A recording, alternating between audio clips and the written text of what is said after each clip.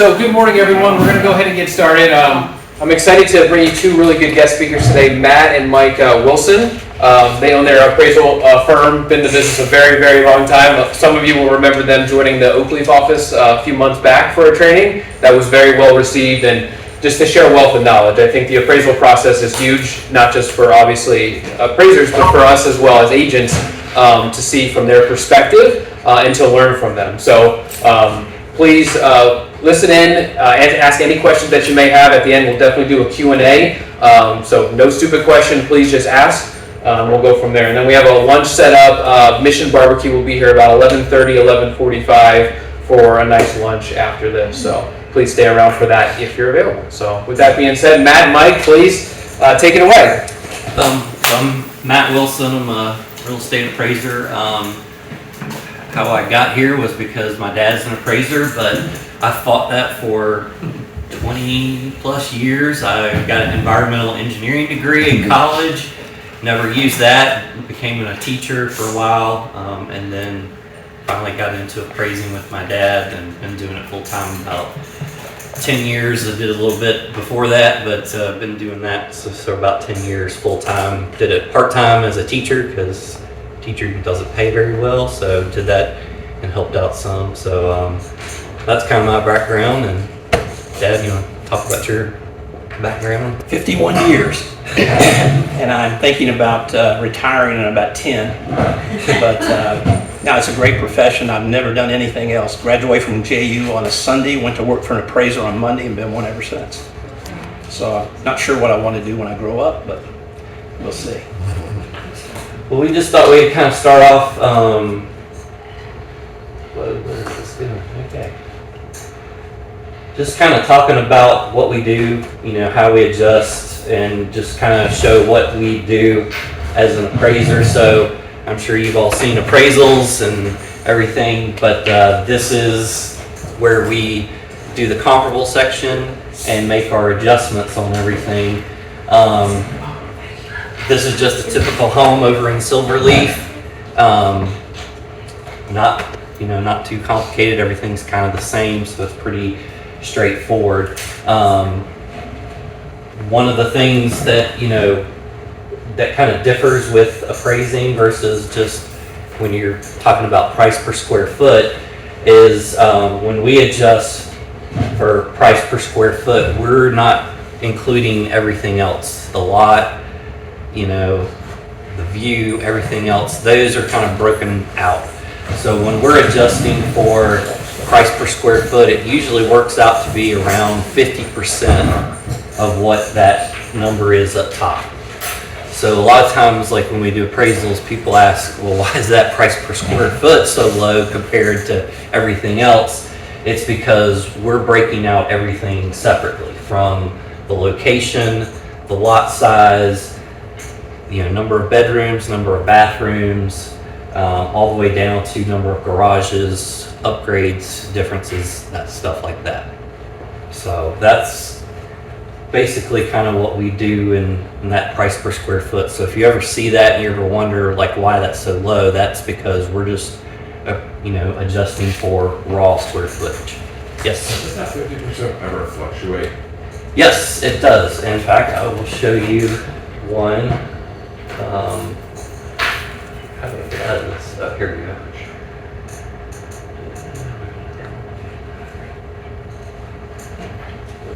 You want to move that screen sharing down to the bottom? There we go. So this is one I did over in Atlantic Beach. And if you look at these two houses here, the price per square foot was like around $1,000. But this one and my subject were lower. And basically the main reason why was lot size. So if you're familiar with Atlantic Beach, most of the lots are very small. Houses are sitting on top. These two other houses had triple and double lots. So that's where, a lot of times when it's waterfront property, that number is not going to be exactly 50%. Or if you're dealing with like acreage, like lots that have huge acreage, like out rural properties. So, yes. to dovetail on what Craig asked now, so you made it that 50% adjustment on that because of that particular property, but are there ever any mitigating factors in the market that would have you adjust that 50% across the board for all your comps? So, We typically use a consistent adjustment across the comps. We don't change it each comp. We typically, for instance, in this case, we would have probably used about maybe $300 a square foot. We'd usually apply that consistently across all the comparables. Thank you. The relationship between price and size is just like any commodity in real estate. The more you get, the less it is per unit. The smaller the size, the more it is per unit.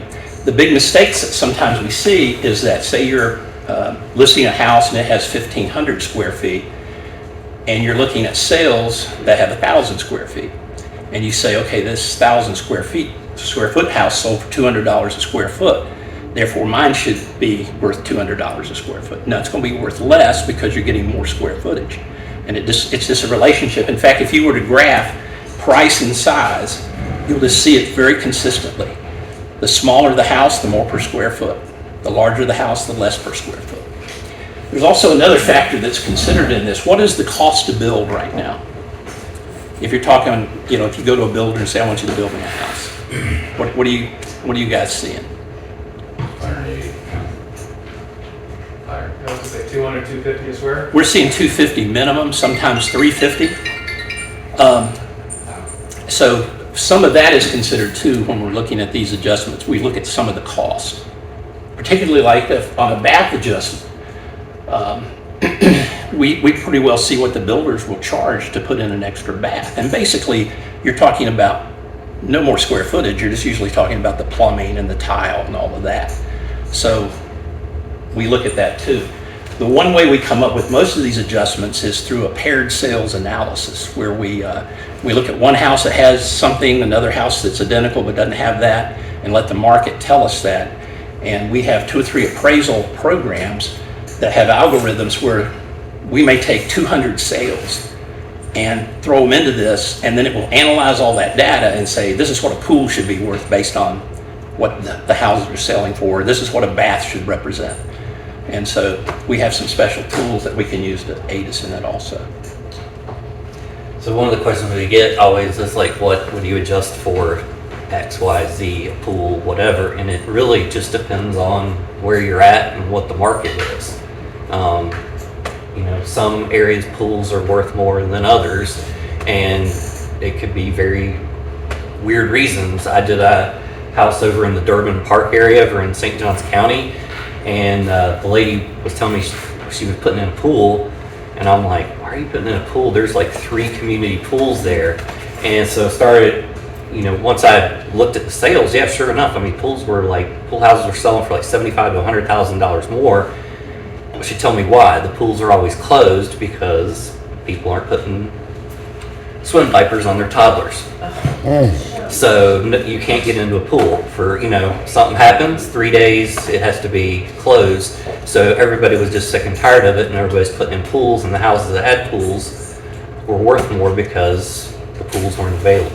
And this was during the end of COVID, and they'd only allow like a certain amount of people at the pools. So that's just it just varies, and it's just whatever the market, we look at the market and see what that adjustment should be. The goal is, the goal is to pick comparables so that you have the fewest adjustments. And like I say, we don't just pick 3 sales. We analyze, for instance, I'm doing a VA in Riverside. It's 1,000 square feet bungalow, 2-bedroom, 1 bath, under contract for $380,000. I will analyze, to begin with, probably 100 sales, active, pending, and sold in the last 12 months. And from that, we'll narrow that down to the ones that are the most comparable in factors to ours. So the regulations on a mortgage require a minimum of 3. Sometimes we'll throw in 4 or 5. We'll throw in some active listings, some pendings, because those are really more of an indication of what the market's doing than what the sales are. You go back and compare sales from late 2020 to summer of 2023, what's the difference? Which way is it going? Yeah. We'll go over some of that in a minute to show you what the market's doing. So it can make a big difference when you're selecting sales based on the date, and then we always look at what's active and pending. Yeah, so, oh, sorry, go ahead. Well, do you want us to wait till the end, or do you want us to ask a question? No, go ahead and ask them. Yeah, feel while we're free. here. Okay, when you said you analyzed like 100 or whatever, is that because it's Riverside and it's different from like if you were in a particular neighborhood or community? Because if it's always been said you're supposed to stay within, you know, your community Yeah. when you're pricing, because it's going to be more like for like. Yeah. So you said you go through 100 to narrow it down. Well, for instance, let's say we're doing one in a subdivision that's like one of the tract of Oak Leaf Plantation. Okay, we won't go out of Oak Leaf Plantation. You start in the immediate subdivision of the subject, but there may not be enough data. So then you expand to like communities out. But ideally, you've got enough activity in one subdivision to stay right there. And if you go out of that and there is activity within that subdivision, you need to explain why you did that. I was reviewing an appraisal many, many years ago, and I called up the appraiser because I said, I have some real serious questions. I said, why did you use these sales when there was like 15 in the subject subdivision? And her response was, I couldn't get the value they needed. So that was what got us in a lot of trouble back in before 2008.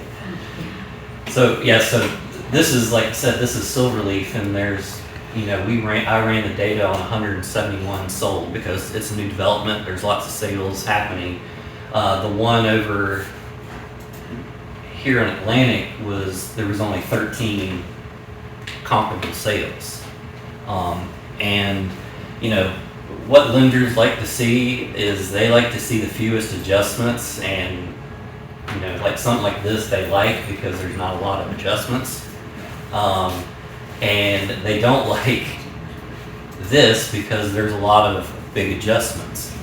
But, you know, the main thing with this property is that it was one block off. It had an ocean view and had a tremendous ocean view because it was 3 stories high. So on your 3rd floor balcony, you had an unobstructed view. So I was trying to find houses with a similar view. So, you know, like in specialty areas like that, that's where you come into these bigger adjustments.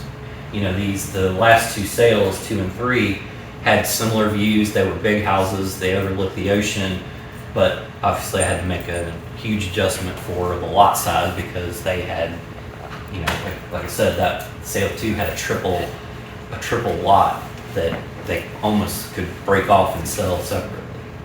Yeah, when you're doing your market analysis, there typically will be one factor that'll be the overriding thing that will qualify all of your comparables. For instance, if you're doing a waterfront property, do you want to use non-waterfront comparables? Yeah, that would be your common element. Same thing with an ocean view or anything else that might make that property unique to a market of buyers. And so we hope that if you're doing an oceanfront house, you use oceanfront sales. What we're finding now is that because the market is slowed, you know, the activity is slow. Sometimes it's hard to find comparables. I'm doing a $5 million oceanfront property on Amelia Island, and there've only been 4 oceanfront sales in the last 12 months. I mean, that's it. That's the market. We're seeing that more and more. You go into some of these established subdivisions, and there's no actives, no pendings, and there's been 1 sale 7 months ago. That's kind of what we're seeing with activity. And I'm sure you guys are experiencing kind of a downturn in activity because nobody wants to sell and get rid of their low interest rate. Mm-hmm. And most buyers are shocked because of these high interest rates of 6%. Yeah. They needed to live through the 21% of the 80s and 70s. When I got in this business in 1972, interest rates were around 7%. And when they went above 10%, Florida had to change their usury laws because there was a law that you could not charge more than 10% for anything.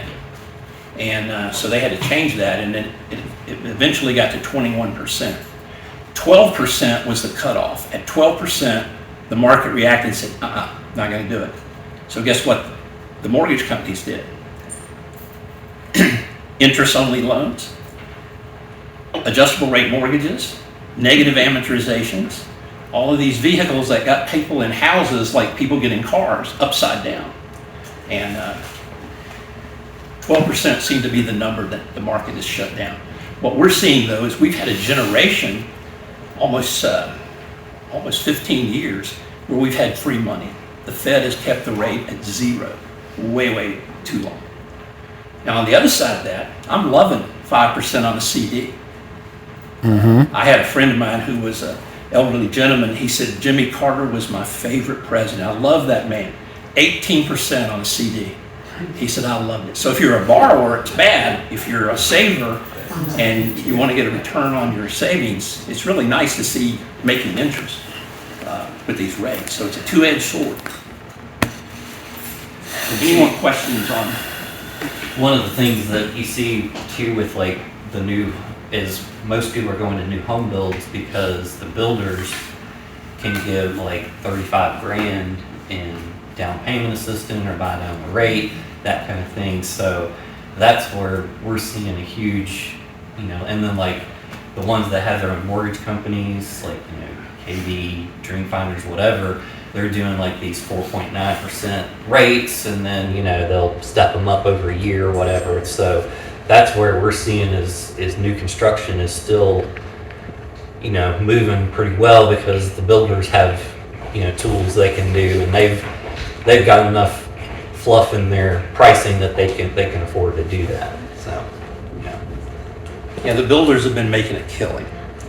I mean, literally a killing. The profit margin, it's just been unbelievable. So they've got room to adjust that. And we're seeing builders, for instance, D.R. Horton, we consider them a first-time home builder. Most people, that's what they cater to, is first-time home buyers. And we're seeing that a year ago, a house they were selling for $450, they're now selling for $375. Same house. It's just they're able to adjust that down and still make money. They just released something too where they're offering like 3% plus a 1% bonus plus a 1% something else. for agents. Agents, so yeah. Yeah, and about 2 years ago, they were trying to cut y'all out. And I love it when you go out and you just tell them that, because I know I went out to Lennar one time, how many times they screwed me over and how many times they did this, and I said, so are you liking us right now or are you not liking us right now? And he said, okay, I got your point. He said, I realize we've not been very nice. He said, and we didn't think we needed y'all. He said, but we do now, we learned our lesson. I said, for how long? Until they don't. I mean, Exactly. it's the same with appraisers. They don't like you until they need you. So. Well, I had a closing, we were waiting on the appraiser, but he told me when I went and met him out there, and he just said to me, he said, oh, I'm not gonna have any problem appraising this. This is gonna be great. You're gonna have no problem. I said, well, that's good. I said, I didn't think I should based on what I've seen in the neighborhood. But he actually ended up giving us a very low appraisal. And when I called to talk to him about it, he said, well, I can't really talk to you about it. He said, but I'll just tell you this. He said, it was a nice house, but it doesn't deserve the very top of the line.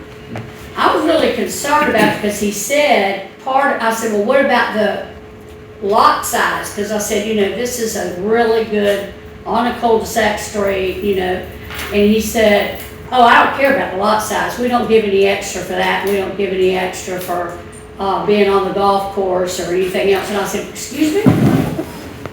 I said, where are you from? Mars or something? But he said, he said, that's normal. We don't give it unless it's big acreage. Well, unfortunately, some of our brethren, it's like any profession. Some of them don't have the experience, they don't have the training, they don't have the market knowledge. He came from the beach. And that's a real factor. One of the things we always get asked, I do a lot in Nassau County, I used to live up there, and they'll always say, are you a local appraiser? We don't want any of those Jacksonville appraisers coming in here. And, I say, yeah, I'm pretty much, all I do is Nassau, and I don't tell them I live in St. Augustine now, but that's where I sleep. I just drive an hour to work. Whereas it used to be my wife drove an hour to work and I was at work. First mistake the appraiser made was discussing anything like that Yeah, with the they're real not estate supposed to. agent. That was, he should have done that. People say, well, what do you think? And I say, well, I could tell you, but I'd have to kill you. You know, now, he was right in that he has no obligation to just talk to you. We have a confidentiality. Our client is the lender in mortgage Right, situation. right, I do that. And technically, our appraisal goes to them. Everything has to go through the mortgage company to come back to us. We're nice guys. If you called me up, we'd talk. We'd say, look, you know, here's our situation. Do you have anything that will support the number? And if you do, we'll consider it. We do, both Matt and I are both VA appraisers. VA has what's called the Tidewater procedure, and I love it because what it means is if you're having a value issue before you send that report to the VA, and then they have to go through all this appeal process, we are required to call up the point of contact, which is the listing agent, and say, hey, we're having some issues here. Help me. What am I not seeing here? And of course, a lot of times, I say, well, you know, we had to add that $20,000 in closing costs over the list price. And I say, well, that's not going to fly. That kind of thing. Or they may say, yeah, the house next door is closing tomorrow and it's selling for more. Oh, didn't see that. Or that sale was a divorce. Now we let the market tell us that. You know, if you get an outlier, I was doing one the other day. All the houses were selling for $450, and all of a sudden they had this house for $350. And I was like, what? You know, this didn't make any sense. Got to looking a little bit better. It was an estate sale. It sold like $75,000 below the list price. So throw that sale out. It's not a good sale. The other thing that there's another tool that we have. So like, can you go back to the sales graph? Yeah. Now, if you see these numbers here, this is the percent of net adjustment, the percent of gross adjustment. Again, we like to have those as low as we can. Now, just looking at those numbers, which of these sales, and this has a very narrow range, but which of these sales do you think we put the most weight on? Oh, you can't see it. Well, let me say the second one is 6.5 and 8.2, and the others are higher. We would typically look to the one that had the smallest amount of adjustments. Now, we have a program in our software where it will mathematically weigh everything and show what percent of value put on each comparable, and then give you a suggested price. Most appraisers just look at that and say, okay, it's between 620 and 648. What's it selling for?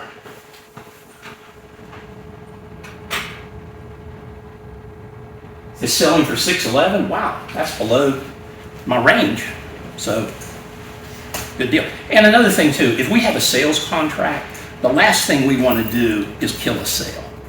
So if we have a range of say 600 to 620 and we got a contract at 611, we're not going to come in at 610 because that sales price falls within our adjusted range of value. And before the slowdown, we were projecting that thing like this. So we would use the most recent and we would lean toward the high end of the market because the listings and the pendings were saying it's going just like this. You know that before this little cool off, you listed a house and that was the starting point. You might have 20 people that day bidding on that house and going up. Now, are you seeing anybody bid above list price? Maybe in some rare cases where there's such limited houses and somebody needs one. But typically, you can go to the next chart. Market conditions. Yeah. Is this the one I had in there? No. Throw the one I had in there because I just did it last night, so it'll be real current. It's the next one. Fluminense. Yeah. Okay, I just ran this last night, and this is kind of that sweet spot. The average house across America right now, the median sales price is $450. You know what it was 2.5 years ago? $235. $250. Yeah. Inflation? Anyone? But anyway, if you look at if you can read that, where it says median comparable sales price, it starts $443. All right, $443, then $445, and now it's down to $4,375. Days on the market, 23 up to 41. List prices down to 450.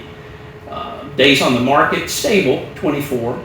We're seeing the days on the market is usually staying below 90, even in this market, because there's just such a small inventory. What do we have? Well, it's right there. We have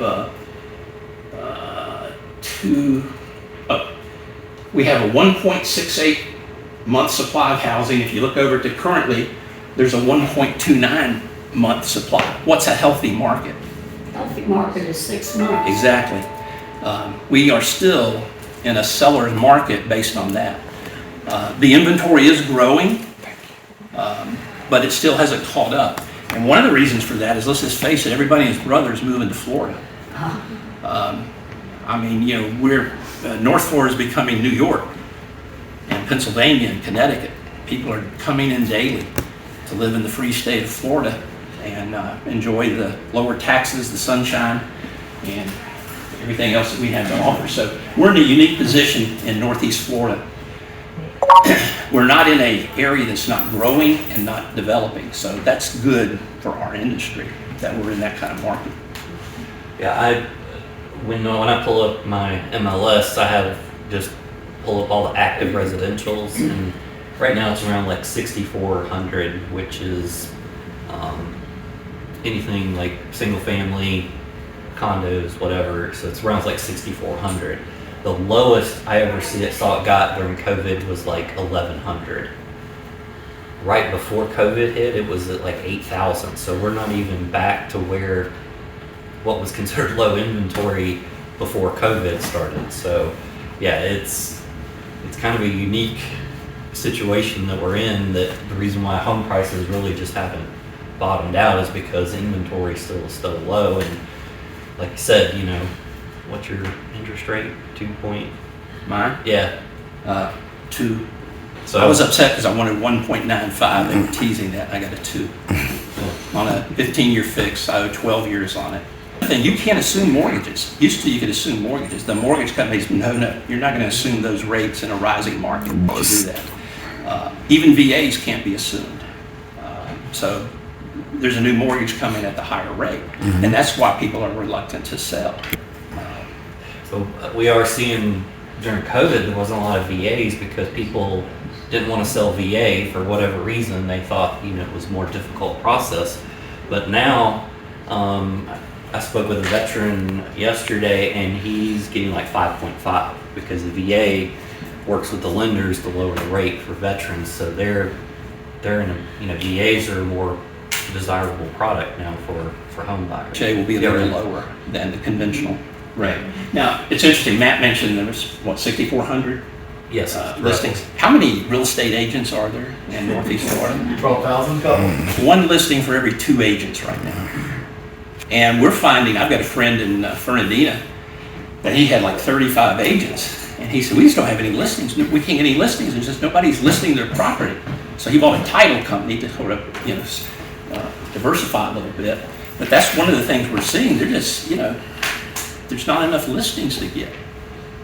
And, you know, you can't, we get these cards every day. Do you want to sell your house? Do you want to sell your house? Yep, I sent them out. Yeah. You're the guy. It's not because when we call people, the first thing, you know, I'm at I'm a real, and they're like, well, I'm not selling my house. I was like, no, I'm appraising your house. He's like, oh, sorry, you know. Or like one, I couldn't get in touch with the lady, and I called the work. She was like, she won't answer the phone. And they're like, yeah, she's getting so many calls to sell her house that because she applied for a mortgage, and then everybody knows what's going on, and she's like, I will tell her, like, you're gonna call her at like 1 o'clock and she'll answer the phone. You know, yeah. So everybody's trying to get stuff. Closure. I'm a broker. Back in the ancient days when you first became an appraiser, one of the 7 functions of appraising of real estate was appraising, and you had to be a broker. So I've kept it active for 40 something years, 49 years, just because. And if I buy my own properties, I always act as the selling agent and get the 3% knocked off the price. And so a lot of times, you know, people will say, well, will you list my house? No, not going to do that. I just use it for personal reasons. I'm not going to get into your business. Although I have considered getting into the high-end sales on Amelia Island as we approach 12 million, 5 million. I sit there and see what my friends that I've known for years that are agents are making per house, and I'm like, you're complaining about $1,000 appraisal fee and you're making $78,000 on this thing? Give me a break here. And those listings. Yeah. But it's all connections. It's all who you know. You got to be in the right place.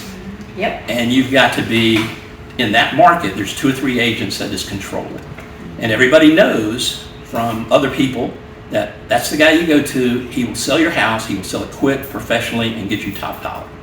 And that's why those people, after years and years and years, are able to be in the elite class. I used to teach the real estate course for salesmen for Ron Boatwright, Florida Real Estate Institute, many moons ago. And one of the first things that we taught in the first lesson is that 90% of the agents share 10% of the money, and 10% of the agents make 90% of the money. And I always tell people, when you go to sell your house, don't get your cousin because he's a real estate agent. You go find the one that will eat their own, that would sell their soul. You want the most aggressive, best, well-known agent. That's who you want. You want Morgan & Morgan, fair and fair. Really? Well, in a sense, you want the name, you want the recognition, you want the one who's done it. I still don't want someone that'll sell their soul. Well, maybe a little too extreme. Have you ever watched these reality real estate sales like of Orange County? Whoa. Yeah, so that's interesting. Any other questions on this? Yes. You're talking about Nassau County. Well, so I'm out in Middleburg, and to get away from all the subdivisions, I'm the rural area queen, whatever. And so mobile homes or all the odd homes you can think of in the world out here. So we have issues with, we have people building mansions or log cabins and stuff, and there's no comps to really be comfortable with them. Worst thing that we hear when we get an appraisal assignment, it's a log cabin. Yeah, so help me out with that. So I haven't experienced that one yet, but we've had one in our office at one time, and I'm just bringing it up. And is there really such thing as something that, it can't be comped? And Well, no. I heard a loan didn't go through because it could not be comped. Yeah. And the deal fell through. Lenders, if you have a unique property like a dome home. Yeah, we have those out here. So. Yeah, I know the one in Middleburg. Yeah. If you have a log cabin, because they're riskier, because fewer buyers are interested in that. Right. So the mortgage company sees that at higher risk. So what they want to see is there's an acceptance in the market for that type of property. So I've done log cabins over in Nassau County, and what I do is I go to the MLS and put in log cabin, and I don't care if it's in Middleburg. I'll make adjustments for the location, for the acreage. I got to have some log cabin sales if I can find it. I'll go back 2 or 3 years to throw in a log cabin sale, just to show that there is some and they do move. You either love them or hate them when you get to those specialty properties like that, and they are difficult from a sales standpoint and from an appraisal standpoint. We like buyers out there for them. We have no problem getting buyers for that. Yeah. We're just having problems getting the loans on that.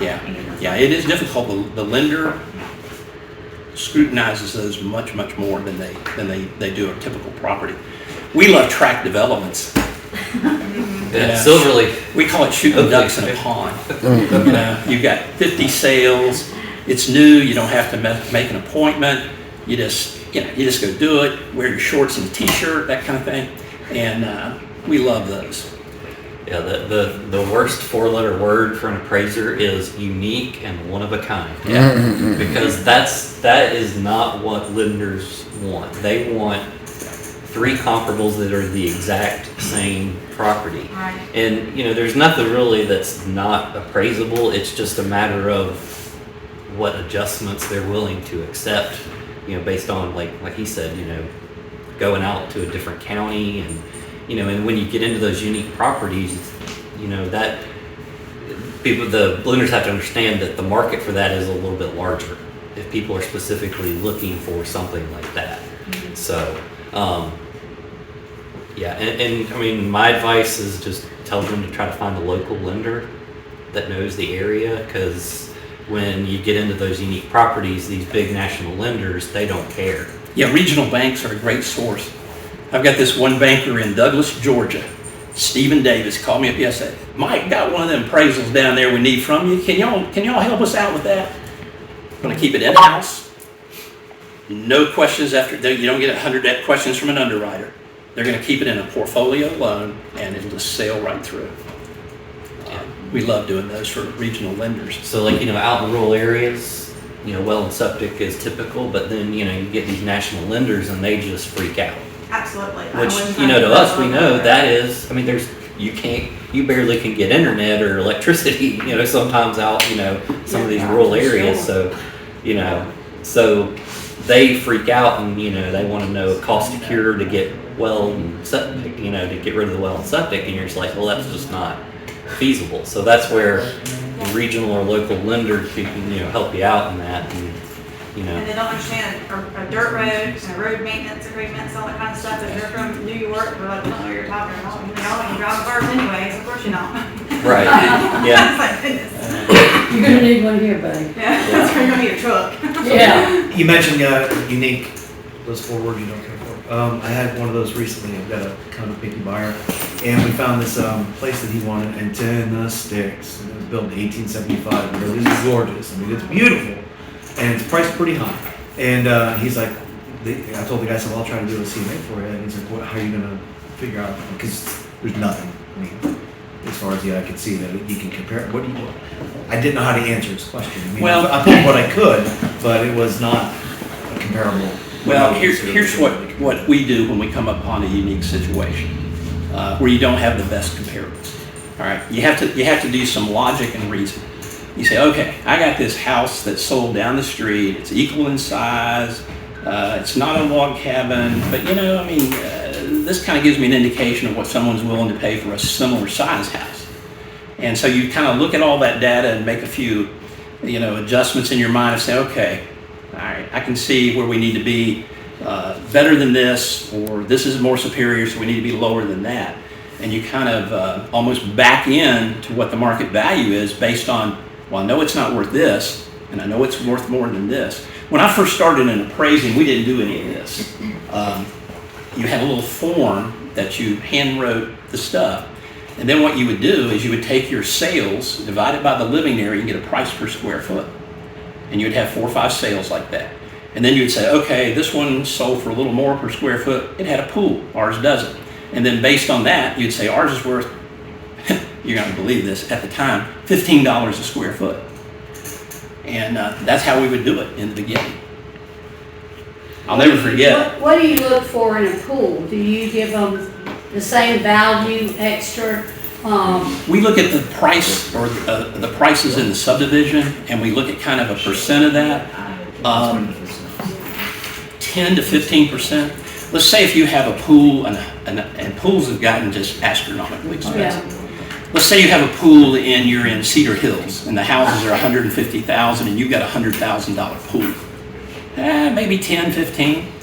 You're in, in a subdivision where I live in Shearwater, we're putting 75 to 100 on a pool, but the houses are selling for 750 to $1 million. So you kind of look at the price range of your area and kind of look at it. I'm a big percentage guy. I like percentages, and so I'll say, well, about 10%, and paired sales analysis kind of back that up. The one thing that's interesting, most appraisers were taught how to adjust based on who trained them.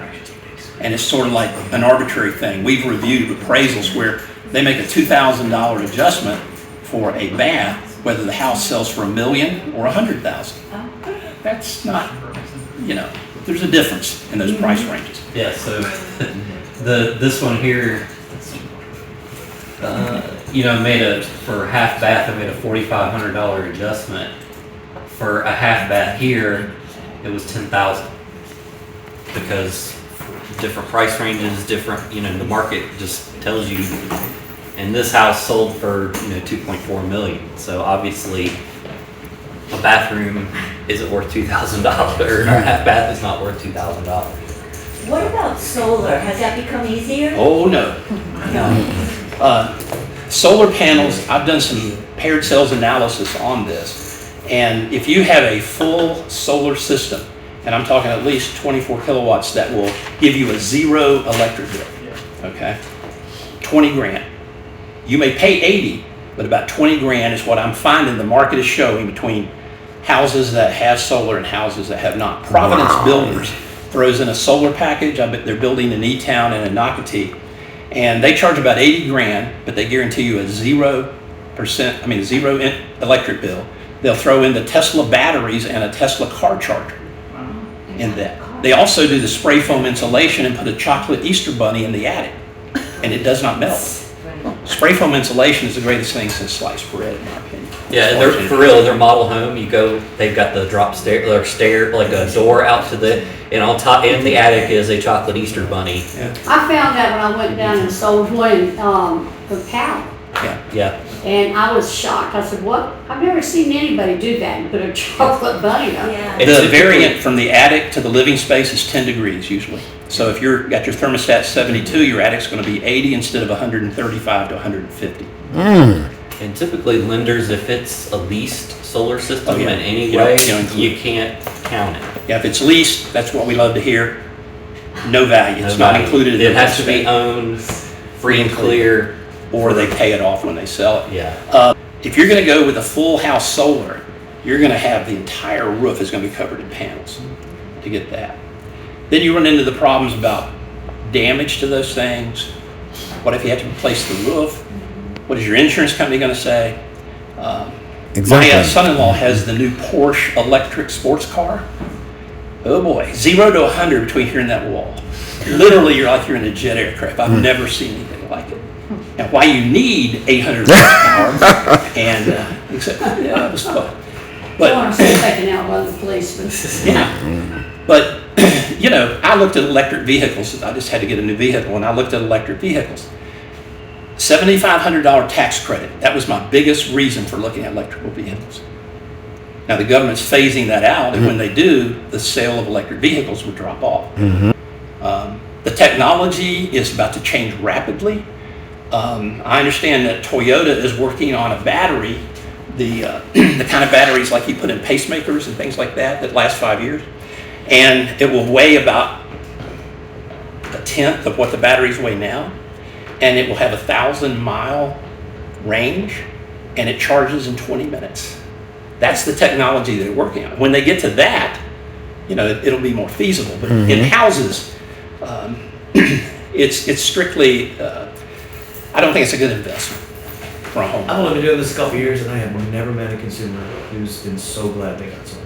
I've had everything opposite of that. Well, the other So thing pretty too consistent. is they don't realize is that when the power goes off, the power goes off at your house. Yeah, you can't feed it back through the power line Yeah. because of safety issues. The lines would be hot. Sure.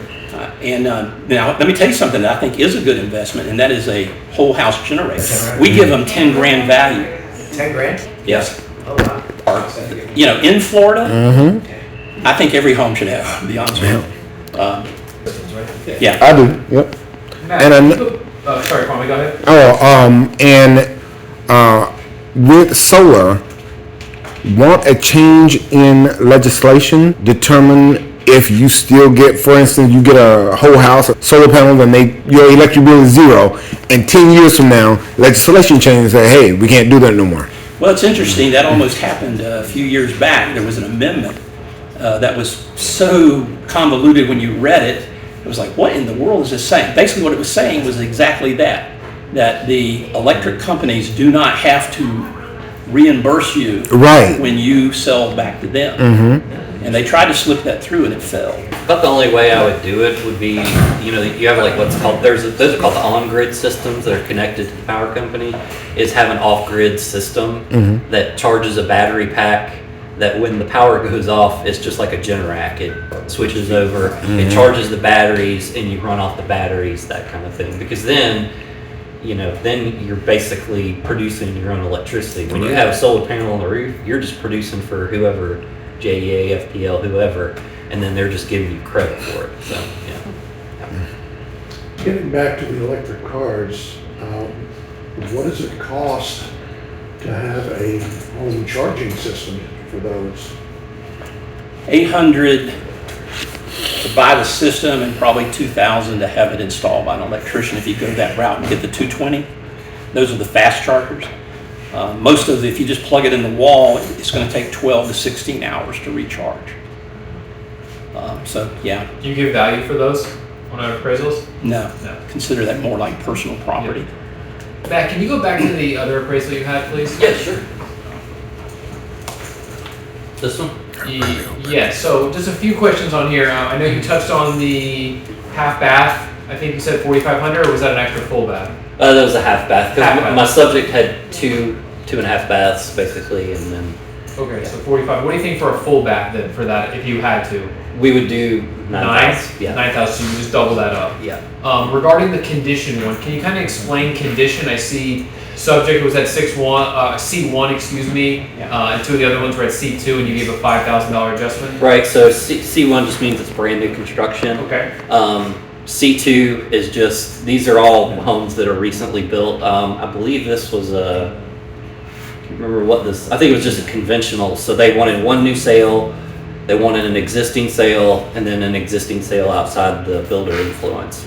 So the C2, I mean, these were, I mean, you know, that one was like 7 and the other was like 1 year old. So you're basically just adjusting for wear and tear on the house. You know, where we saw this was like upside down was during COVID, where you know, usually your new home sales, like if you're in a new construction development and there's new construction going on, if you have an existing home, you had to price it lower, you know, to get, you know, to compete with the builder, because you could go pick out whatever you wanted. Well, during COVID, you know, because housing was taking 9, 12, 16 months, you know, existing home sales were outpacing, you know, new home sales. And two, like on new sales, we would see, like, you know, if it's sold like in August of 23, sometimes you would see the contract was signed in like July of 22. Yeah. So so like the the contract price for a new home could have been almost a year old. So Yeah, we pay more attention to the contract date than the sale date, because the contract date is when the meeting of the minds happen. So on new construction, that's very important, because you know, you may have a house that closed yesterday, but the contract was 18 months ago, and we've seen some that have been that old. What we also saw was builders trying to get out of those contracts that they made 18 months ago when things were going up so high, and they were like, "Well, we could sell this for a whole lot more." yeah, I had one. We were going out of town to hunt last year, and realtor called me. It was a Lennar, whatever, up in Nassau County, and he was like, "Hey, we need you to do the final." And I was like, "Oh, I'm leaving town. Like, I'm getting on a plane tomorrow." And he started freaking out. He's like, "Lennar's already said, like, if we do not close like on this date, for whatever reason, they'll void the contract, because they could sell it for, you know, 50 grand more based on that contract date." And we know other appraisers, and we got one of our fellow VA appraisers up there to go out and do it. But yeah, he was just like, yeah, they'll just dump the contract for whatever. They've been looking for a reason to get out of it, just because they could make more money. Yeah, there was excuse me.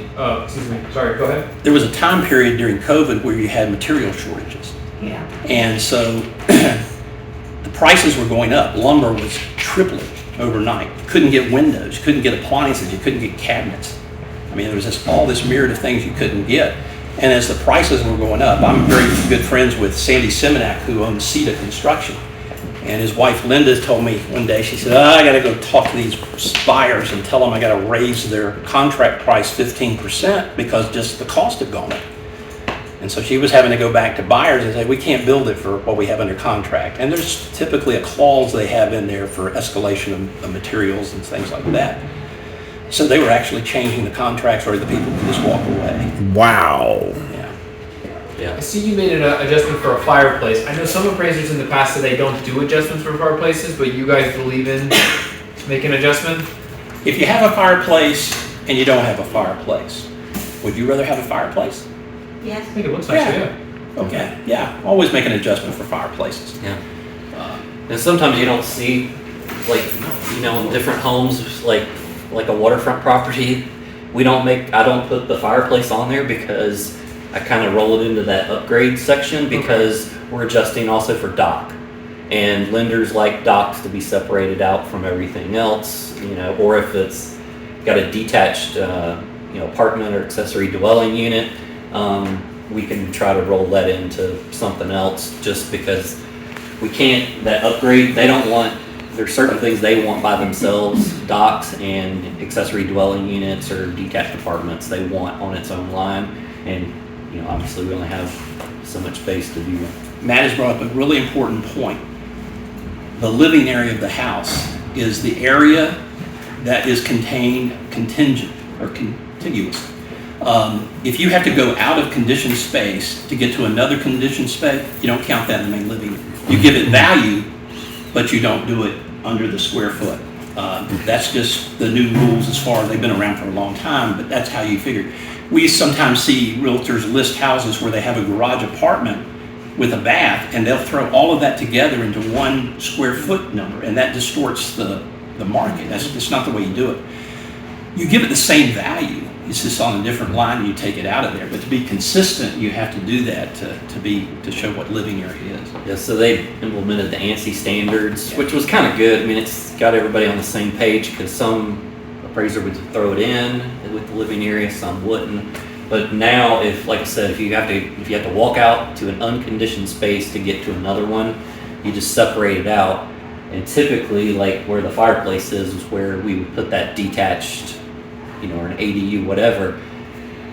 Typically, we adjust it at the same square footage that we do the main house. Also, if it has a bath or whatever, and, you know, and we hate ADUs because they always want one ADU, and sometimes it's hard to find them because sometimes in MLS they're not put in there. You got to dig and, you know, do word searches for detached or apartment or whatever, and dig through the tax records and see what, you know, if it's, you know, contiguous with the living area. So Have you noticed a lot of those since the city changed that thing last year with the zoning to put more ADUs on your property? No, but I am seeing a lot of people build those for in-laws, Right. teenagers, Sure. that kind of thing. Right. And what's the restriction? I think in Duval it's 700 square feet or something. Yeah, I think it just can't be bigger than the primary residence. Is that what they said? Yeah, the thing I read, I guess last November, the affordable housing crisis. Yeah, I think each of those have to be looked at on an individual basis. Right. And if there's certain life conditions like disability, things like that, they're a lot more lenient. Right. Which that's an interesting thing to look at, because those are becoming more and more. Housing They are. has become unaffordable. I Yep. think that's why they changed the zoning for the ADUs to And compared to interest rates at 2 and 3% and at 6 to 7%, on a $300,000 house, I think the same mortgage is going to be about $750 more per month. And I don't know, does anybody have a solution? I mean, really what we're experiencing now is what's gone on in other markets forever.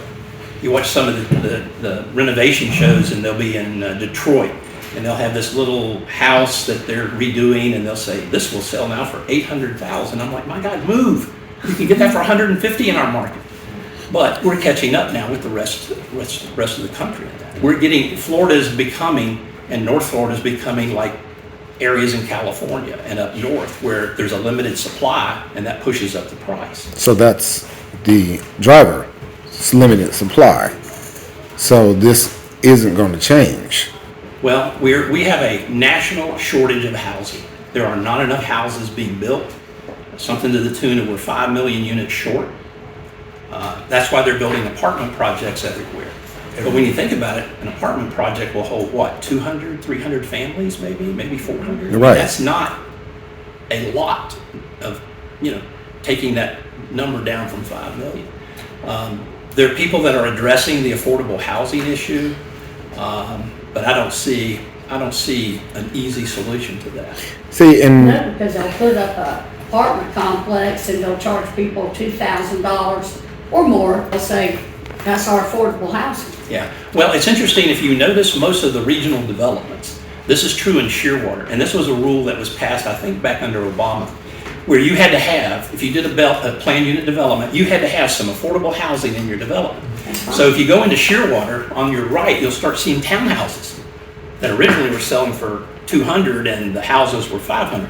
So that's what developers do. They'll put in a townhouse project, or they'll put in some rental units, and then, then there's some of them that they rent in those projects? There's a, on US 1 South going down past Palencia, there's a development, and it's like twin developments. The one to the right is all rent, and the other one is where you can buy. Yeah, we're seeing that too, whole subdivisions being built to rent, single-family homes. Oh, yeah, we got several of them out here. And the in rent- county. The rent. And the rent is considered affordable housing? Is that what they're doing? It's supposed to get somebody in a home, a single-family home, at a rate that's equal to rents. And they have the benefits of living in a home rather than an apartment, but they're not making any equity, just like if they were renting an apartment. But yeah, we're seeing that. And that's another reason that we have such a shortage as investors, and we're talking big companies. Yes. I heard there's one company in Jacksonville that has something like 6,000 houses. Right, exactly. I heard that yesterday. JWB and a couple other, I do a lot of investor stuff in, up in Jacksonville, like, west of 95 there, like like near 20th Street, and it's rarely an individual buying a home. It's usually investors, and then they're refinancing and renting them and all. And I think that's really skewing our market because of having the shortage, because they're holding on to them, and then how long are they gonna hold on to them? Yeah. Do they have a time frame? Well, Depends on their portfolio and what they did, because one in my neighborhood was bought and they've got a 5-year plan. They'll rent it for 5 years and then move them out and totally redo the inside and put them back on the market. yeah, it We were at a typically training just, yesterday, and, sorry to interrupt you. No. We were at training yesterday, and we were looking at properties off of between Commonwealth and Beaver, 32254. And there's I didn't catch the company name, but it's a portfolio of 33 properties just between Commonwealth and Beaver. yeah, It's $11 million worth of, yeah. We did one for the HUD. Yeah. It was a brand new development, and it was built by, I think JWB built the whole subdivision, was gonna rent it, and HUD was looking at purchasing, portions of them for low income.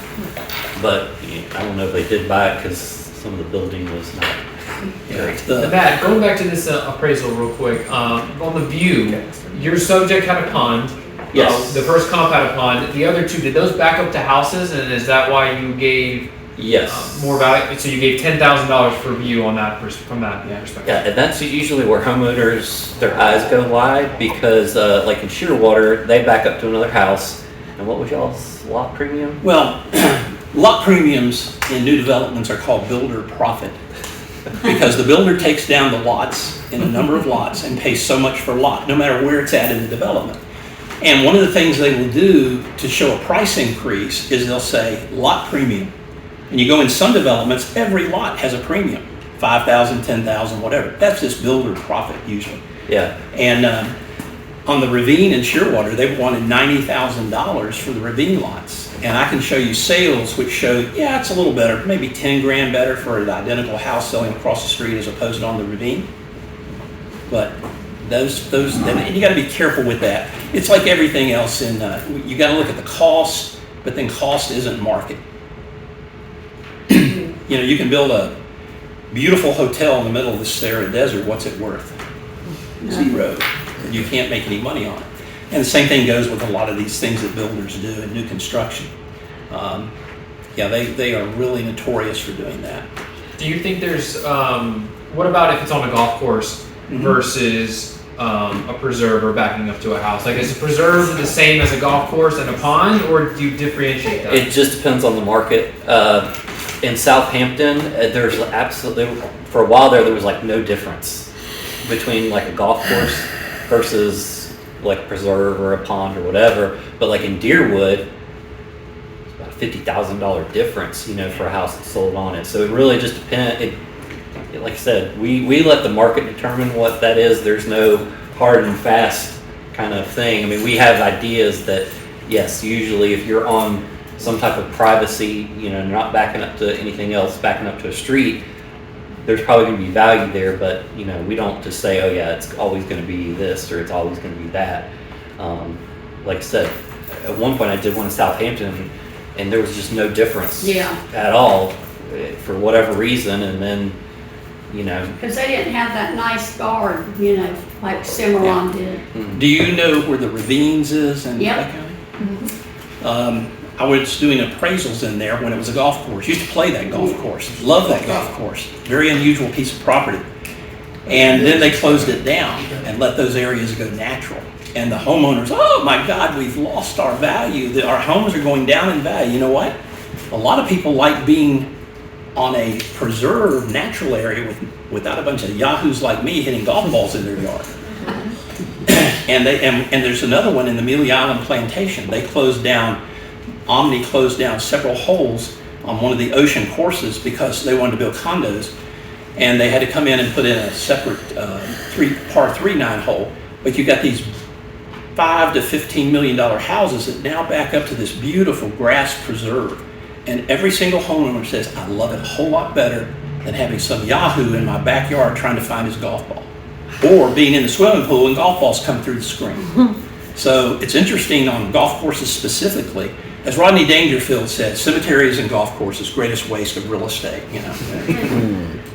And the only reason you develop a golf course is to sell lots. That's originally why they did it. Golf courses can't make money. You can't operate a golf course and make money. There's one in Amelia that's trying to do it, and the green fees are $150. Okay, and they still lose money. The guy owns shopping centers, he's used as a tax write-off. He shows a loss on it, and that's why he bought it. So, yeah, so you get into those situations, and it's interesting to see what the market reacts. I was going to say, and our time's about up. We're getting. We got some time. Yeah, we're good. I want to make one point. Appraisers are kind of like referees. Okay, we got no skin in the game. We don't have an interest in the property. We don't have an interest in one of the individuals. If we do, we have to excuse ourselves or disclose that. We try to let the data tell us. We try to let the market tell us. Now, do we have personal biases? Of course. You know, I loved that house, or I liked that, or that guy was so nice. You know, you have those. They had Alabama Crimson Tide stuff up. That's Not hurt their value. Yeah, we don't want to go there. But you know, we try to take those personal preferences, and I look at it like this. People say, well, golly, those houses aren't worth that. Well, that's what they're selling for. Okay, who am I to say they're not worth that? I don't think gas is worth $3.59 a gallon, but if you're going to buy gas, that's what you're going to have to pay. So we try to take all the bias out of it and look at it very objectively, very data driven.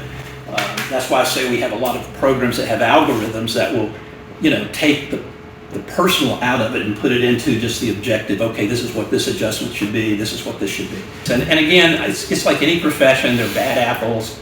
There are people that, you know, don't know what they're doing and make statements like that. And there are people that let their personal views come into something. And it is a hard profession to enter because the way the government has it set up, you have to go to work as a trainee after taking a bunch of courses. You have to have a college degree to start. And then you have to go to work for a supervisor appraiser. Well, nobody's going to hire anybody now unless it's family, you know. I mean, I used to be a partner in a firm. We had 30 appraisers. We would send those guys out.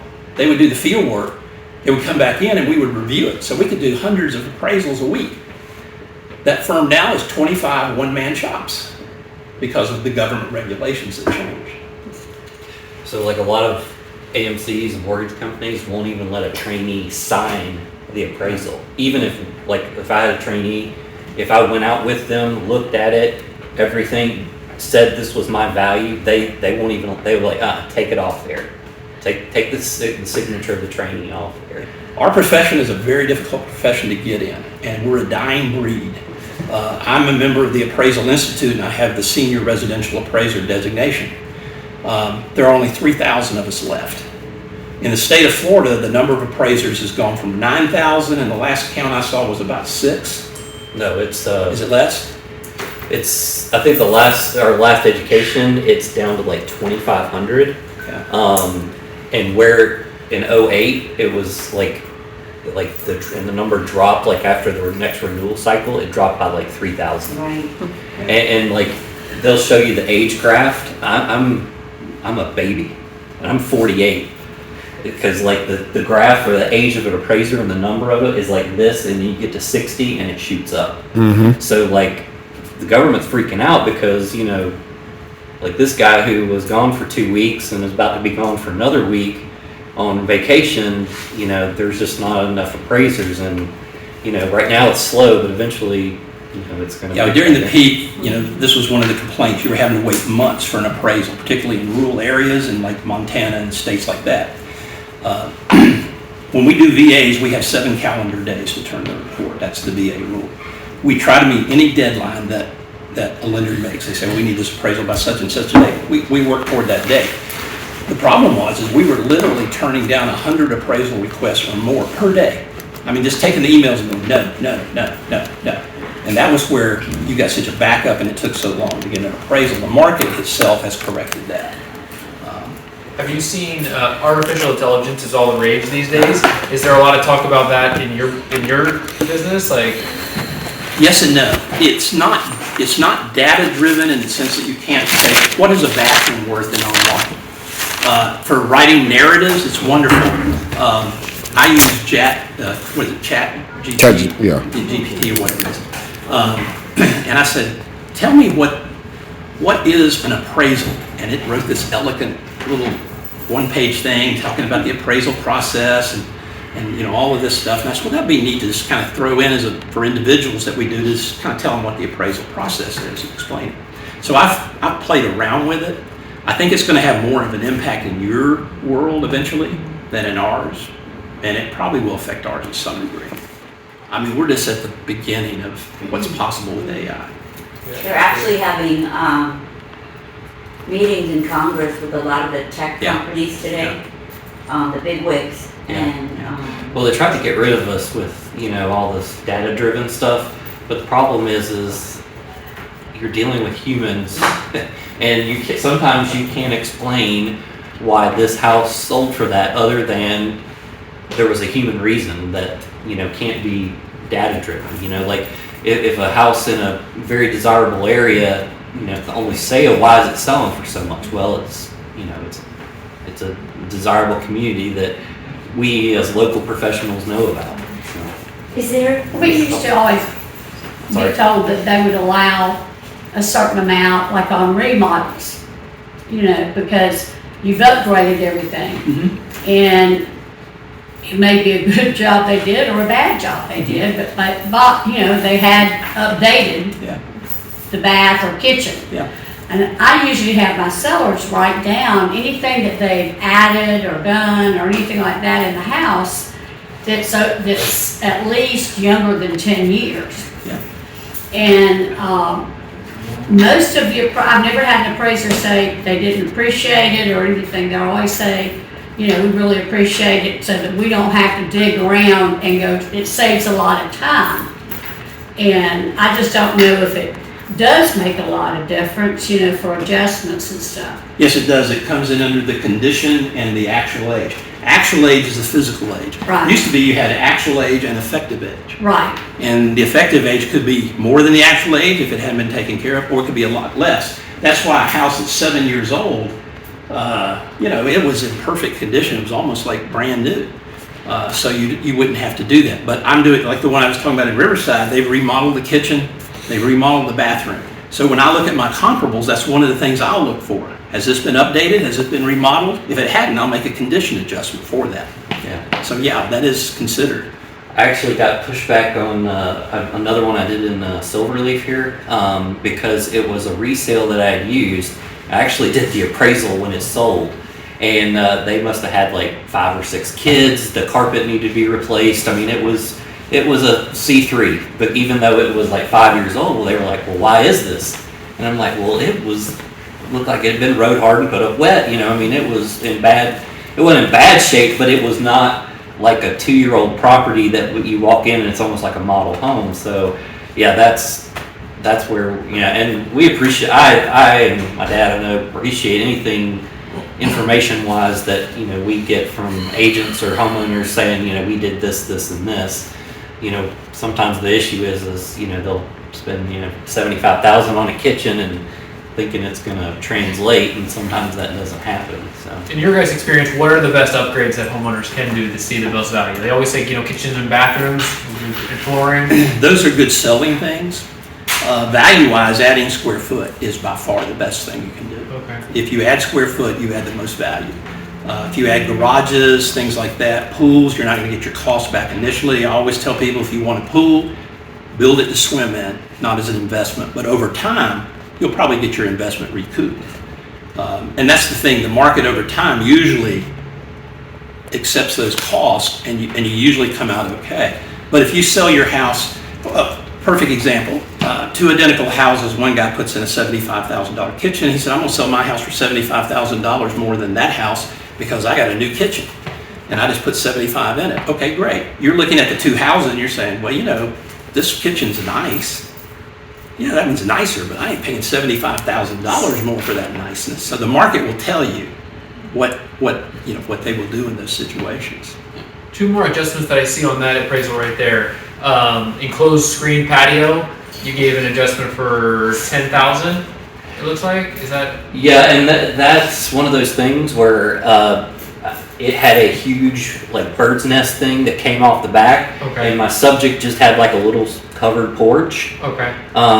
Typically if it's just a covered porch that's been screened in, 2 to 5, because that's how much it would cost to just put in a screen. But this one just had this huge. Really, I don't know why they didn't put a pool in. It was big enough to have a pool in, so that's why that adjustment was made. So. And then for the garage, it looks like your subject had a 3-car garage, and the other two of them had 2 cars. Mm-hmm. So you did a $10,000 adjustment for another garage. Yeah, and that's just based on what the market because it was a new sale. We kind of know what. Yeah, most of the builders will say if you want to add the third bay, it's about $7,500 to $1,250, something like that. Okay. You get into the multi-million dollars, you're looking probably at $25,000 a bay. They go up proportionally. Okay. Yeah. What about fences? You guys get value for fences? We sort of lump all that in with the porch, patio, deck, that kind of thing. Okay. If it's a brand new house and they've just spent $10,000 on vinyl fencing, I'm gonna give them a little credit for that. Okay. It's worth something. Yeah. May not be worth $10,000, but it's worth something. That's the kind of way I look at those things. When you have differences that are superior or inferior, it's got to make some difference, right? A little bit. May not give it the actual cost, but give it some consideration. When a listing agent shows up at an appraisal, does that upset you? Do you like that? I know some have different opinions on that. Some appraisers don't want to be told how to do their job, or if a listing agent sends comms to an appraiser. What's your guys' personal opinion on that? If a listing agent, if the house is occupied, it's perfectly fine. If the owner's there, they don't have to leave. I like to talk to the owner. They have a lot of good information. Sure. I don't mind if the agent's there whatsoever. Sometimes the listing and selling agent and the buyer and the seller are all there. I just, I try to stay, I don't, they're all wondering, well, what's it worth? What's it worth? Except in the summer, we prefer to be vacant, so we wear Vacant? shorts. So. Vacant and on lockbox. Love it. I had one yesterday, the one in Riverside, vacant lockbox. So I'll be there between 9 and noon. Get a call at 9:30 from the listing. Hey, are you coming over to the house? And I said, yeah, sometime today. Oh, I thought I'd meet you here. I said, well, it'd been nice if you told me that. I would have been there. But I said, I'm just going to work this in my schedule. And I looked at it yesterday afternoon at 4. That's just the way it worked out. But yeah, when they're vacant and on lockbox, and he left some information on the house, and he also left some bottled water and some baked lays, which took a bottle of water and the baked lays. From a proper procedure standpoint, you guys schedule the showing on showing time, the appraisal.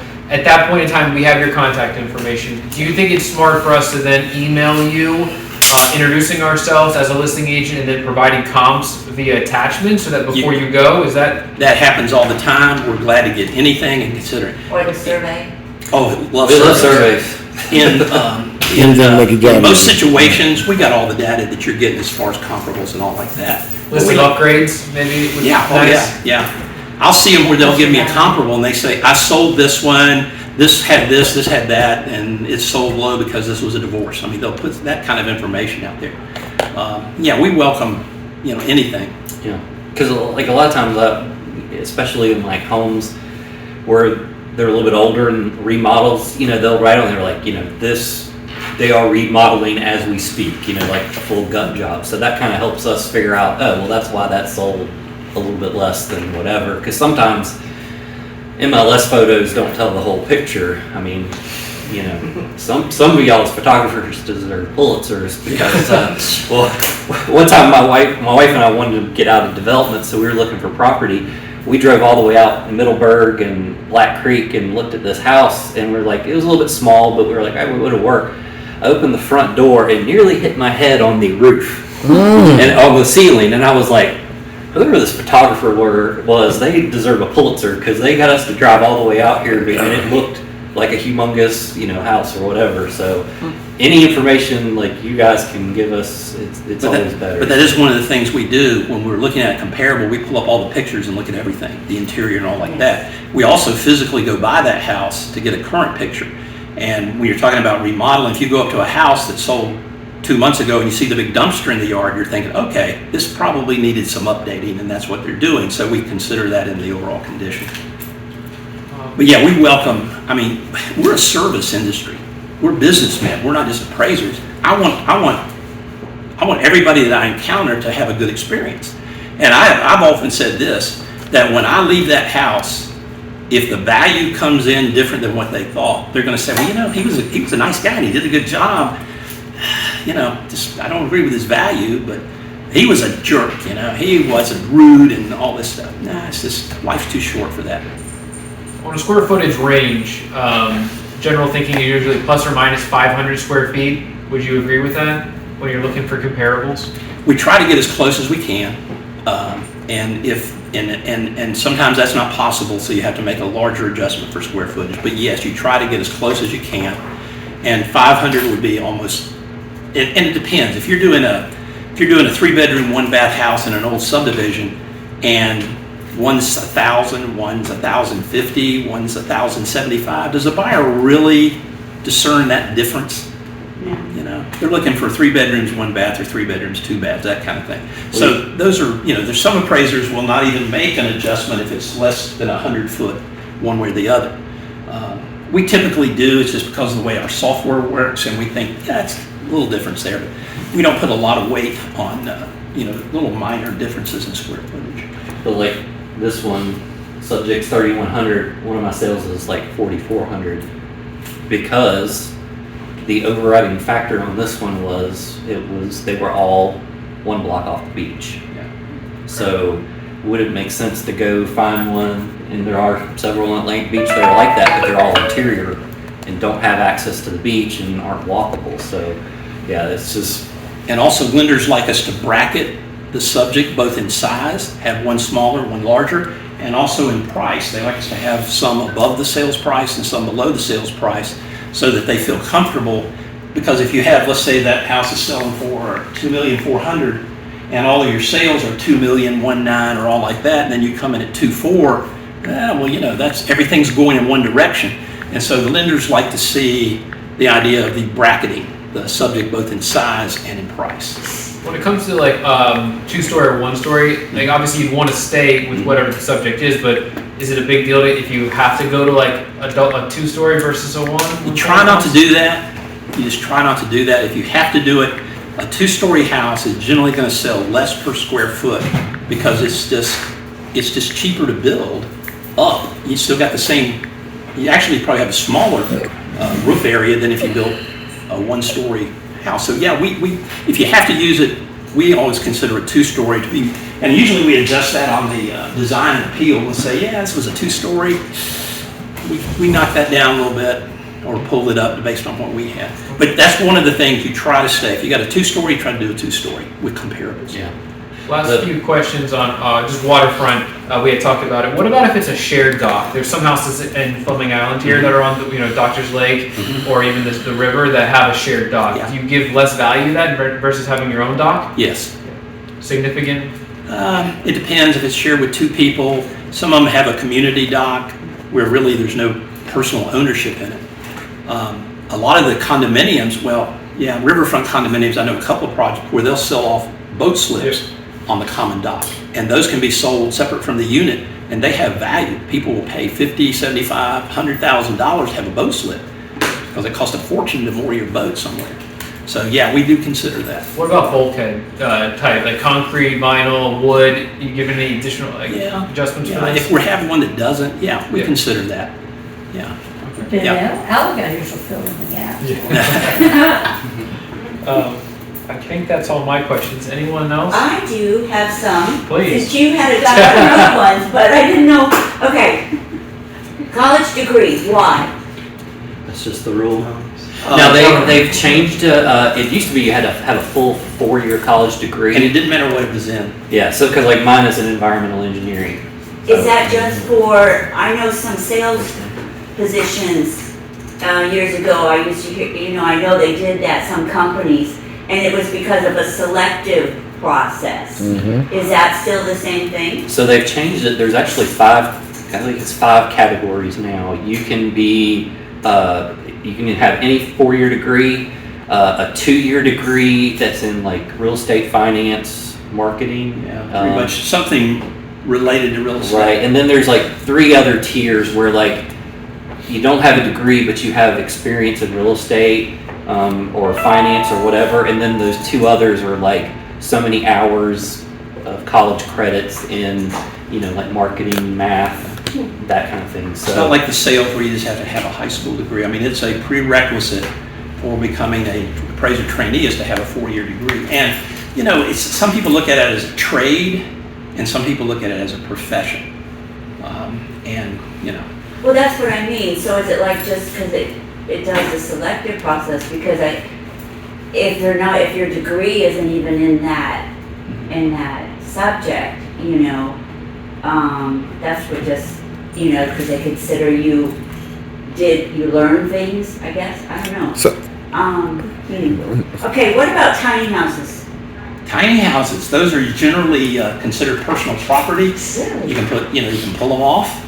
Oh, okay. So, it's just like a manufactured home. If it still has the wheels and the tow hitch, then you can, like I actually did one that still had the tow hitch on one, so they had to come and like cut it off and everything. Even though it wasn't like sitting on the ground, it was on blocks and piers. But like my neighbor next door has a tiny house, and they're trying to sell the property, and my wife's like, "Why are they not selling it?" I was like, "Because they can't get financing on." As a conventional single family because of that tiny home, it had to go land or whatever. So you're talking Put about. it on a concrete slab? No, but tiny homes are a very small niche. You very rarely see a tiny home that's on land by itself. Are they more in a community setting? Yes, or they're put on somebody else's property behind the house. Can't that be considered an ADU? Yes. Those are unique property. We almost approach them the same way you do manufactured housing. It's got to be has a permanent foundation, can't be towed off, wheels, axles are removed and anchored down. And most of those are not, they're just rolled in and rolled out. So they're personal property. So you don't have to appraise it? Yeah. Well, you do if they're connected with something else. Right. Speaking of manufactured housing, that's the best investment over the past 3 years. Showed the greatest appreciation because it was at the bottom. It was the most affordable. And as everything went up, it went up too. Yeah. In Nassau County, a typical double wide on an acre is over $300,000 now. That was 100 to 150 before COVID. But you can't find a house under 500. Correct. I'm listing some now for some investors I've had for a long time, and in Middleburg, and just to even, like, we have one that's right under 200. And I mean, people have to live somewhere, and so it's some of your most affordable, housing. That's what we call it, America's affordable housing alternative. Matt bought 4 acres and had a Jacobson, which is one of the top of the line manufactured homes. And it had 2,000 square feet? 2,000 square feet. I bought it sight unseen. Yeah. Because the lady, wanted the land. I wanted the land. I didn't, and this is where bias comes in. I go into Shearwater and I'm like claustrophobic. I'm freaking out, but I can't let that affect me, whatever. But yeah, I bought this sight unseen, and our plan was to build a house behind it. Well, COVID hit, and it's cheaper to build a house with solid gold bricks than it was wood. So we just kind of fixed it, and now I'm parceling, and this comes into first-time home buyers. My daughter and her husband, we are breaking off an acre and selling it to them because they can't find anything. Otherwise, they have to go way out, away from their jobs and drive an hour or whatever. So we're giving them some gift of equity to help them out, and we're doing a modular home on our property because to build, and that I saw like custom builders at one point. Some of them were $600 to $800 a square foot, and people were writing the check. I've been doing a little research lately. This is kind of along with the tiny home thing.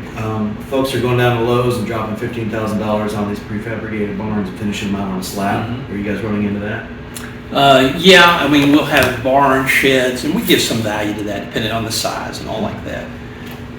Those kind of things, site improvements and all like that, we tend to kind of lump together. Okay, our house had a fence, it had a shed, it had a screen porch. Our comp doesn't have a shed, doesn't have a screen porch, so we make some adjustment. Yeah. How about somebody that's got a hunk of dirt and throws one of those sheds and finishes it out as a dwelling?